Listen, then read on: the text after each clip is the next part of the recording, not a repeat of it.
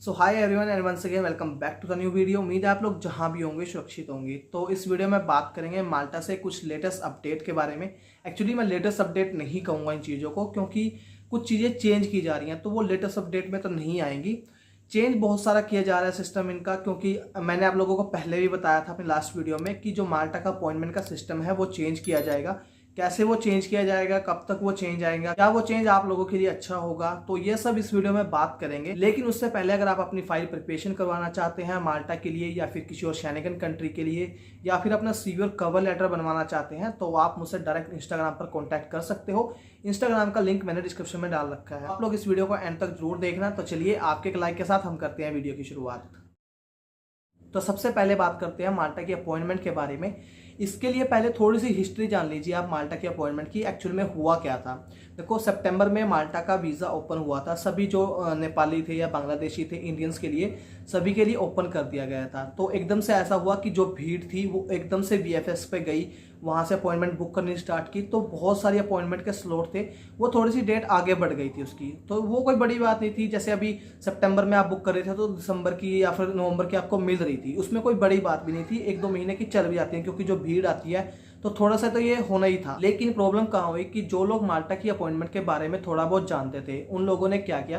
देखिए, एक सिस्टम था माल्टा की अपॉइंटमेंट का कि अगर आप अपने पासपोर्ट पर कोई भी अपॉइंटमेंट बुक करते हो तो वो हम किसी और के पासपोर्ट पर ट्रांसफर कर सकते थे। हमें उसके लिए कोई अलग से पैसे नहीं देने पड़ते थे, हम किसी की भी बुक कर सकते थे, उस मतलब जो अपॉइंटमेंट का सिस्टम था। और इसी का फायदा लोगों ने उठाना स्टार्ट किया। लोगों ने क्या किया, किसी ने 10 अपॉइंटमेंट उठाई, किसी ने 20 अपॉइंटमेंट उठाई, किसी ने 50 अपॉइंटमेंट उठाई। उन लोगों को लगा कि ये आने वाले टाइम में इसके रेट हाई जाएंगे, तो हम अभी बुक कर लेते हैं, बाद में उन लोगों को ये बेच देंगे जिन लोगों को ये जरूरत होगी।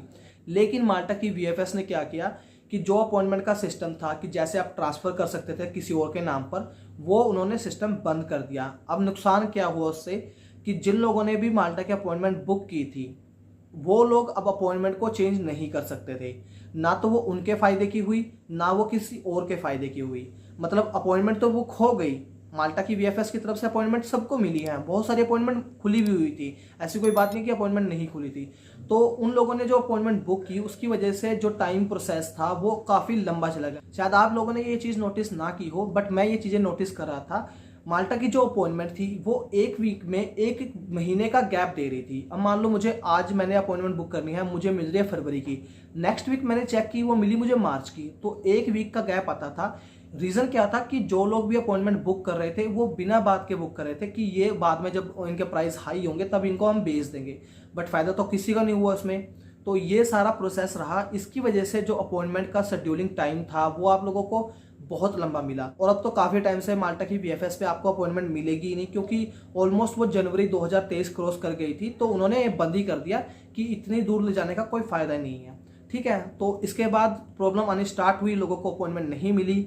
कुछ चीज़ें माल्टा की जो न्यूज़ वेबसाइट है वहाँ पर आई, कुछ चीज़ें वहाँ के जो एम्प्लॉयर हैं उन्होंने नोटिस की, उन लोगों ने कंप्लेंट भी की एम्बेसी को कि ऐसे ऐसे में प्रॉब्लम आ रही है।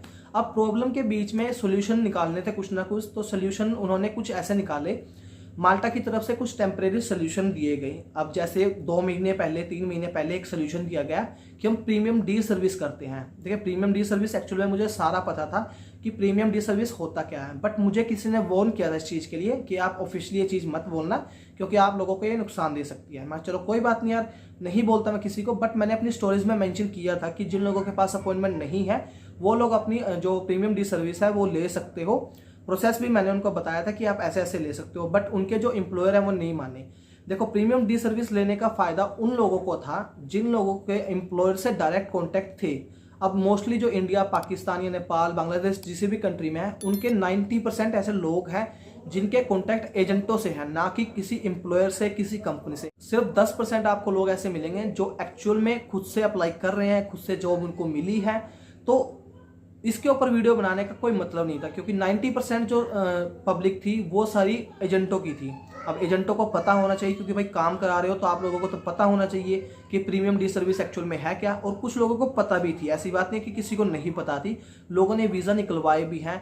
ये बोलते हैं ना कि इंडिया के जो पासपोर्ट हैं वो कुरियर नहीं किए जा सकते, नेपाल के किया जा सकते हैं या पाकिस्तान के किए जा सकते हैं, बट ऐसा नहीं था। इंडिया के भी वीज़ा बहुत सारे लगे हैं, बहुत सारे वीज़ा मैंने देखे हैं प्रीमियम डी सर्विस के, बट उसमें एक खामी थी कि हमें जो अपने डॉक्यूमेंट थे वो सब वहाँ पर भेजने पड़ते थे। चलो वो भेज भी देते, बट उसके लिए आपके डायरेक्ट कॉन्टैक्ट होने चाहिए आपके एम्प्लॉयर से। अगर आपके डायरेक्ट कॉन्टैक्ट नहीं है तो आप नहीं कर सकते। वो आप लोगों को पता भी नहीं है कि वो आई है, वो चली भी गई है, तो नहीं पता चला क्योंकि YouTube पे कोई भी वीडियो नहीं थी। और एक्चुअल में वीडियो बनाने की अथॉरिटी नहीं थी इस प्रीमियम डी सर्विस पे, क्योंकि ये इंटरनल इन्फॉर्मेशन थी पहले के टाइम में। और ये चीज़ें मुझे 2 महीने पहले पता चल गई थी कि हाँ ऐसे कुछ प्रीमियम डी सर्विस आएगी, उसके बेस पर आप अपना वीज़ा लगवा सकते हो। और बहुत चांसेस है कि वहाँ से वीज़ा लग के भी आएगा, 99% चांस है। अब 99% चांस इसलिए थे क्योंकि जो वहाँ पर मतलब अप्लाई कर रहे थे प्रीमियम डी सर्विस, वो एक्चुअल में वो पर्सन थे जिन लोगों को ज़रूरत थी, उनके एम्प्लॉयर को ज़रूरत थी उनकी, और वो चाहते थे कि ये लोग एक्चुअल में माल्टा आए।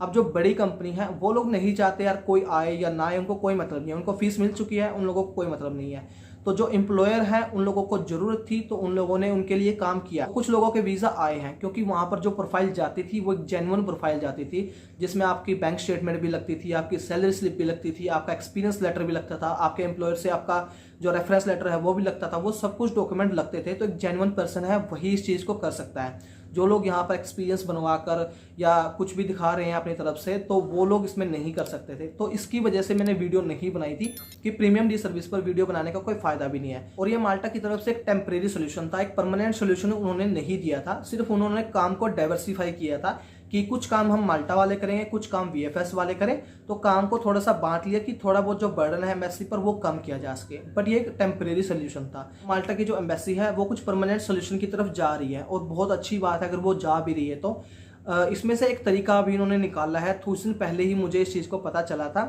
कि माल्टा से हम डायरेक्ट अपॉइंटमेंट ले सकते हैं वहाँ की ID माल्टा से। और वो कैसे ले सकते हैं, देखो वो खुद नहीं ले सकते, चाहे आप ट्राई करके देख लेना, आप लोगों को खुद नहीं मिलेगा। अगर आपके एम्प्लॉयर चाहते हैं कि आप लोग माल्टा में आओ, आप लोग यहाँ आकर काम करो, उनको लगता है कि आप एक जेन्युइन पर्सन हो, तभी वो आप लोगों के लिए अपॉइंटमेंट लेंगे। और ये 28 जून की अपॉइंटमेंट मुझे ऑलरेडी किसी ने भेजी थी कि हमें 28 जून की अपॉइंटमेंट मिल चुकी है ID माल्टा की तरफ से, और ये 10 दिन के अंदर उन्हें अपॉइंटमेंट मिल गई थी। तो अगर आपके एम्प्लॉयर चाहते हैं कि आप लोग माल्टा में आओ, तो आप अपने एम्प्लॉयर से डायरेक्ट कॉन्टैक्ट करो।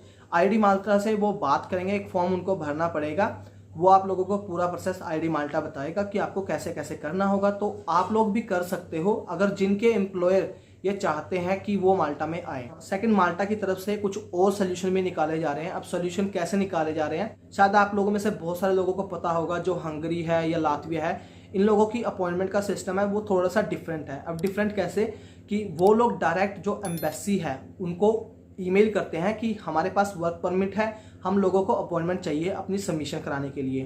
तो वैसा ही सिस्टम अब माल्टा अपनाने की सोच रहा है कि ऐसा सिस्टम अगर लाया जाए तो वो कितना कारगर होगा। देखो 2 सोल्यूशन तो उन्होंने ऑलरेडी सोचे थे, दोनों में से मुझे नहीं पता सक्सेसफुल उनका कौन सा हुआ है। पहला प्रीमियम डी सर्विस, दूसरा जो ID माल्टा से अपॉइंटमेंट लेने का सिस्टम है वो अभी चल रहा है, अभी करंट में वही चल रहा है। डी सर्विस है वो बहुत कम कर दिया उन्होंने, जो डायरेक्ट अपॉइंटमेंट का सिस्टम है वो उन्होंने स्टार्ट किया है ID माल्टा से। ठीक है, अब थर्ड जो सोल्यूशन निकाल रहे हैं वो मैं आपको बता रहा हूँ कि वो जैसे हंगरी या फिर किसी और लातविया वगैरह कंट्री के अपॉइंटमेंट लेते हैं ना, एम्बेसी में आपको मेल करनी पड़ती है, एम्बेसी आपको बताती है कि आपको इस दिन आना है VFS में अपनी सबमिशन कराने के लिए। वैसा ही अब सोल्यूशन जो माल्टा की एम्बेसी है वो कर रही है। और जहाँ तक मुझे लगता है ये थर्ड सोल्यूशन सबसे कारगर होगा, क्योंकि इसमें फ्रॉड होने का कोई भी चांस नहीं है किसी भी एंगल से, क्योंकि डायरेक्ट आप एम्बेसी से कांटेक्ट कर रहे हो।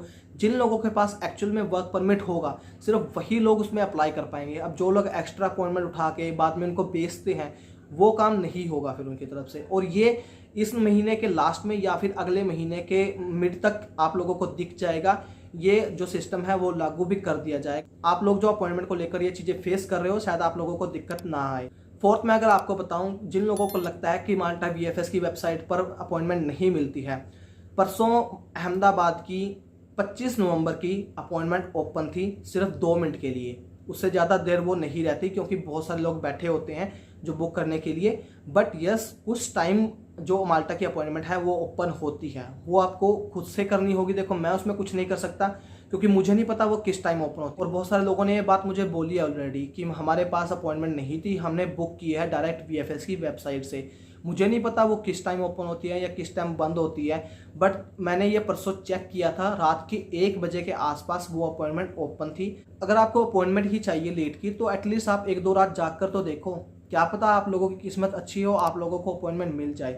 बट यस, अगर आप चाहते हो कि अपॉइंटमेंट आपको मिले तो आपको थोड़ी मेहनत तो करनी पड़ेगी। देखो भाई, मेहनत करोगे तभी मिलेगी, अदरवाइज तो नहीं मिलेगा कुछ भी। और माल्टा की तरफ से सोल्यूशन निकाला जाएगा, ऐसी कोई बात नहीं है कि माल्टा की तरफ से सोल्यूशन नहीं निकाले जा रहे हैं, बट जो सोल्यूशन वो निकाल रहे हैं वो कारगर नहीं हुए हैं अब तक कि हाँ ये एक्चुअल में सिस्टम चल सकता है या नहीं चल सकता है। बाकी देखते हैं कि कौन सा सिस्टम सही काम करता है या नहीं काम करता है, वो आगे आने वाले टाइम में पता चलेगा। तो ये सब था माल्टा के अपॉइंटमेंट को लेकर कि वहाँ पर एक्चुअल में हो क्या रहा है, एक्चुअल में सिचुएशन क्या है। तो ये सब था अपॉइंटमेंट को लेकर। नेक्स्ट वीडियो में हम लोग बात करेंगे कि माल्टा एम्बेसी इस टाइम जो इंटरव्यू ले रही है, जो स्टूडेंट वीज़ा इंटरव्यू हो रहे हैं या फिर वर्क वीज़ा इंटरव्यू हो रहे हैं, उनका क्या सिस्टम चल रहा है, कैसा वो इंटरव्यू ले रहे हैं, किस तरह से लोगों को वो ट्रीट कर रहे हैं एम्बेसी में। तो वो सब मैं आप लोगों को अगली वीडियो में बताऊंगा। तो इस वीडियो के लिए इतना ही। अगर आपको वीडियो पसंद आई हो तो वीडियो को लाइक कर दीजिए, साथ में कर लीजिए चैनल को सब्सक्राइब।